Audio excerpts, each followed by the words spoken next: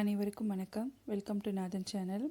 நம்ம உடம்புல இரத்த சிவப்பணுக்களை வளப்படுத்துறதுக்கும் இதில் இருக்க அதிகப்படியான நார்ச்சத்துனால நம்மளோட செரிமானத்தை தூண்டுறதோடு நம்ம குடலை சுத்தப்படுத்துறதுக்கும் நம்மளோட எலும்புகள் மற்றும் தசைகளை வலுப்படுத்துறதுக்கும் இத்தனை நன்மைகள் நிறைஞ்ச மரவள்ளி கிழங்கு குழந்தைங்களை விரும்பி சாப்பிட்ற மாதிரி ரொம்ப சிம்பிளாக எப்படி ஃப்ரை பண்ணுறது அப்படின்றத நம்ம இன்றைக்கி பார்ப்போம்.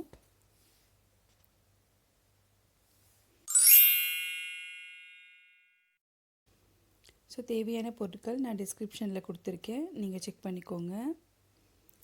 மரவள்ளிக்கிழங்கு ஆல்மோஸ்ட் எல்லா கண்ட்ரிலையுமே கிடைக்கும். ஃப்ரான்ஸ்லேயுமே இது நிறையவே கிடைக்குது. இன்றைக்கி நான் இந்த அளவுக்கு ஒரு கிழங்கு எடுத்திருக்கேன். இதனோட 2 முனையும் கட் பண்ணிவிட்டு இதனோட தோலை ரொம்ப கேர்ஃபுல்லாக ரிமூவ் பண்ணிப்போம்.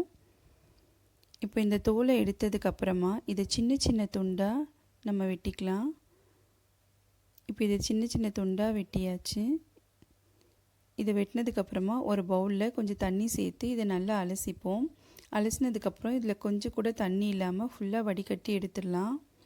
இப்போ இதை வடிகட்டி எடுத்ததுக்கப்புறமா இதில் 1/4 டீஸ்பூன் அளவுக்கு மஞ்சள் தூள், 1 டீஸ்பூன் அளவுக்கு மிளகாய்த்தூள், நான் மிளகாயும் மல்லியும் சேர்த்து தான் அரைச்சிருக்கேன், ஒரு 3/4 டீஸ்பூன் அளவுக்கு உப்பு, 1/4 teaspoon garam masala powder, 1/4 teaspoon பூண்டு தூள் அல்லது பூண்டு விழுது, 1/4 டீஸ்பூன் இஞ்சி தூள் அல்லது இஞ்சி விழுது. இஞ்சி பூண்டு பவுடராக இல்லை அப்படின்னா 1/2 டீஸ்பூன் இஞ்சி பூண்டு விழுதாவே சேர்த்துப்போம். இப்போது நான் 1/4 பாகம் எலுமிச்சை பழம் எடுத்திருக்கேன். இந்த எலுமிச்சை சாறு பிரிஞ்சு விட்டுப்போம்.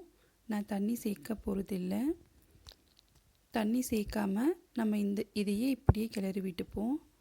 இப்போ இது எல்லா இடமும் நல்லா பரவுற மாதிரி இந்த மாதிரி கிளறி விட்டுப்போம். இப்போது உப்பு காரம் சரியாக இருக்கான்னு ஒரு முறை செக் பண்ணிப்போம்.